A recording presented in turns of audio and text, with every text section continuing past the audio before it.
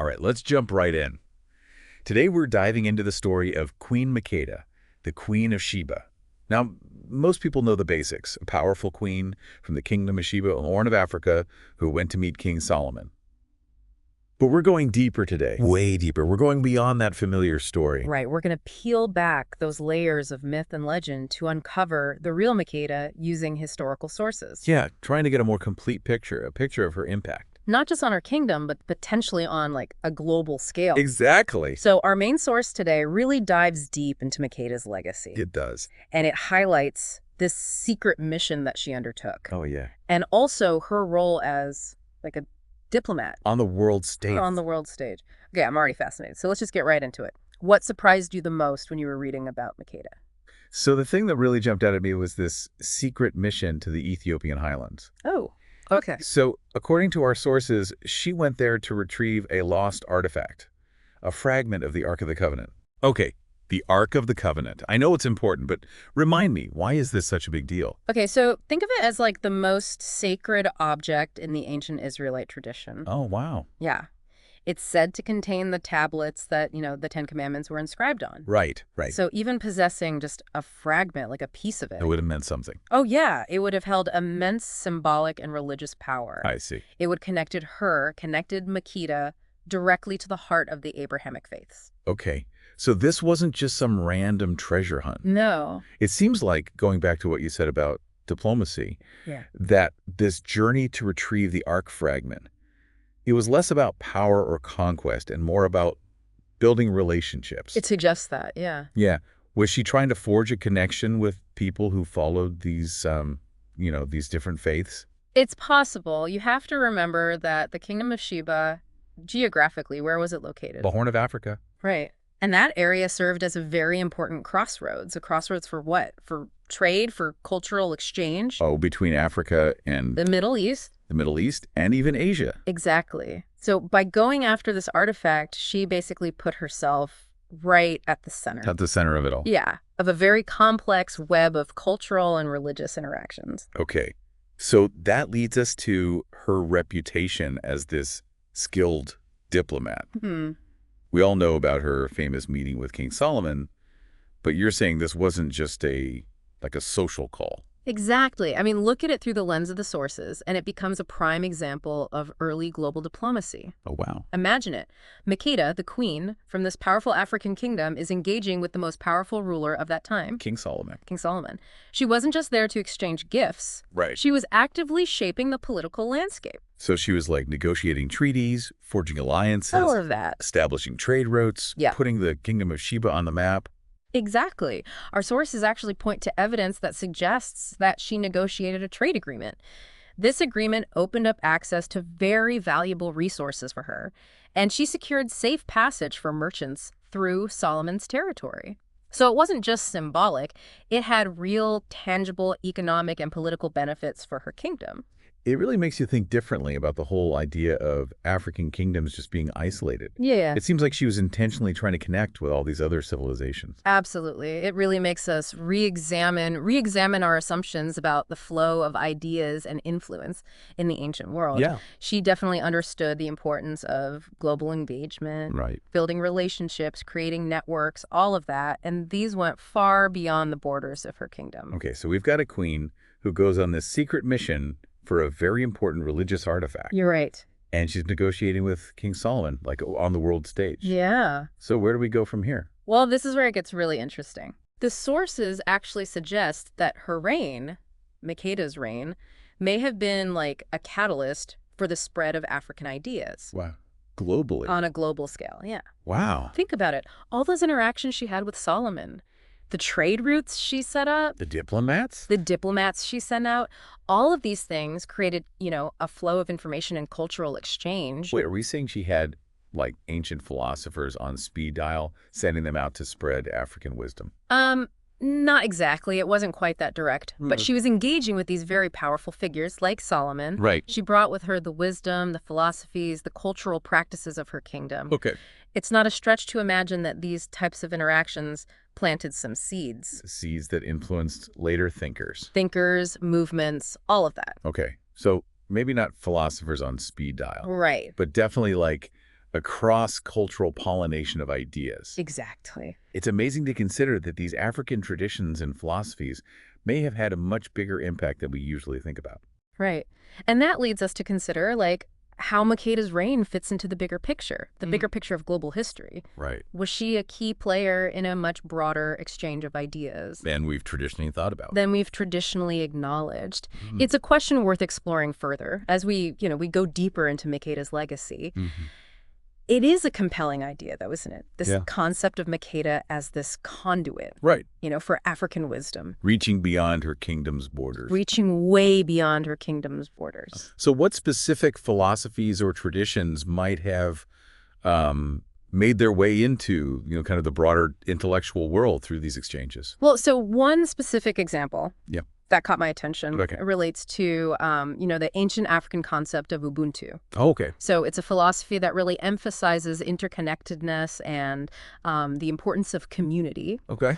The sources suggest that Makeda, as a ruler, she embodied this principle, I see. prioritizing things like diplomacy, cooperation over conflict. Okay, Ubuntu. Ubuntu. So it's about recognizing, like, our shared humanity. Exactly. Like, we're all connected. That we're all connected and responsible. Responsible for each other's well-being. Yes. Yeah. And, it's fascinating to consider how this concept, which is rooted in these African traditions, Right.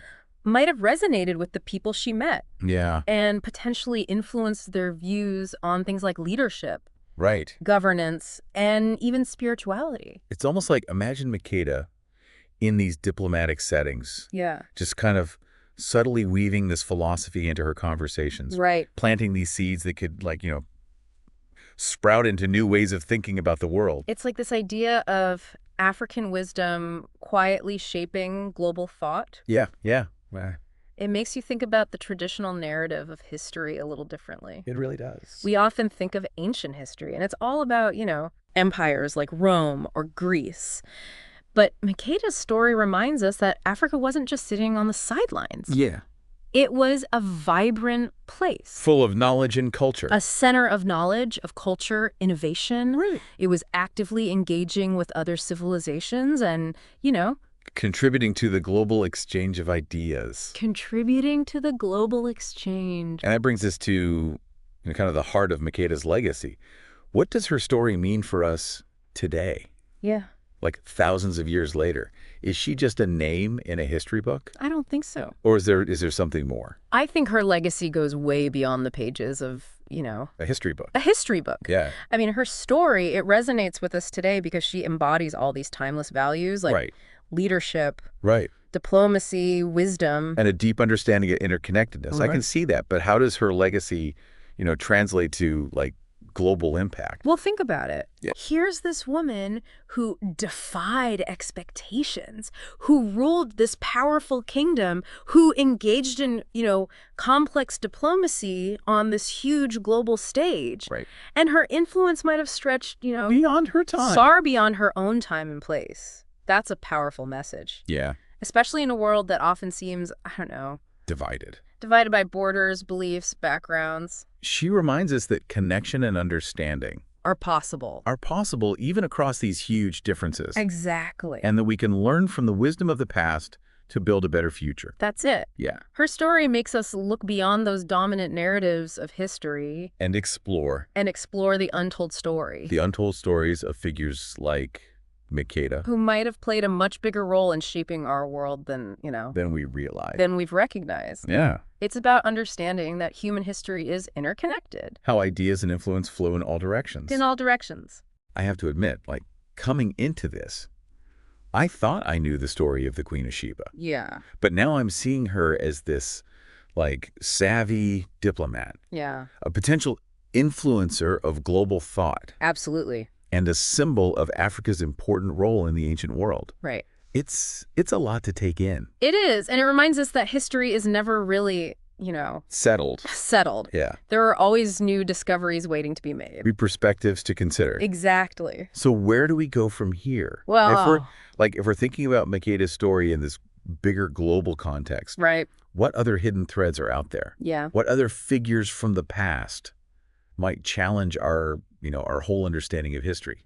That's the exciting part. Yeah. Makeda's story, it opens up all these possibilities. Right. What other African figures have been, kind of pushed aside? Overlooked. Overlooked. What other, cross-cultural exchanges have shaped the world in ways that we haven't fully grasped yet? You're making me want to go back to the archives. I know. And start, searching for these hidden gems. It's out there. It's amazing how, one deep dive can lead to... So many new paths. Yeah, all these new avenues for exploration. That's the beauty of it. Yeah. There's always more to learn. More to learn. More connections to make. More connections. More stories to uncover. But before we get, too carried away, right, let's bring it back to Makeda. Okay. We covered a lot today, so maybe, a recap would be helpful? Absolutely. So we started with that, Familiar. that familiar image of the Queen of Sheba, but we very quickly moved beyond that. Beyond the surface. Beyond the surface to explore this much richer and more complex figure. Yeah. We uncovered her secret mission. Right. To retrieve that fragment of the Ark of the Covenant. Uh-huh. Which really highlights those connections between ancient Africa and the Middle East. Yes. This wasn't just about, getting her hands on this artifact. It was about, building bridges between these different cultures. Cultures and faiths. Yeah. And then there's her meeting with King Solomon. Right. We saw that not just as, a friendly visit. No. It was like a calculated move. A strategic move. Yeah. On the world's diplomatic stage. She was forging alliances. Securing trade routes. And showing everyone how globally important her kingdom was. Exactly. We even considered how her reign might have played a role in, spreading these African ideas globally, that concept of Ubuntu, which could have influenced, later thinkers and movements. In ways that we might not even fully, recognize. Yeah. And then we brought it all back to the present day, right? Recognizing that her legacy, Makeda's legacy, it's still here. Yeah. It endures. As a symbol of leadership, wisdom, diplomacy.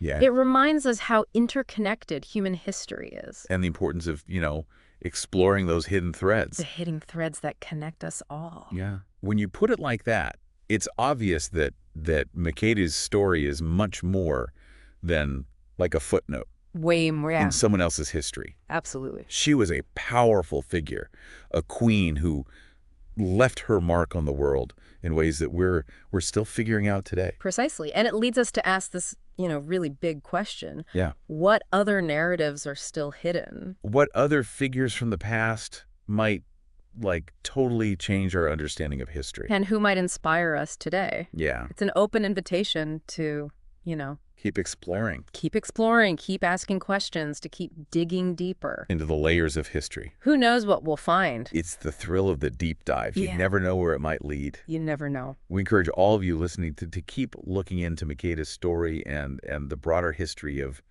African civilizations. It's fascinating. Yeah, there's a whole world of knowledge just waiting to be discovered. There really is.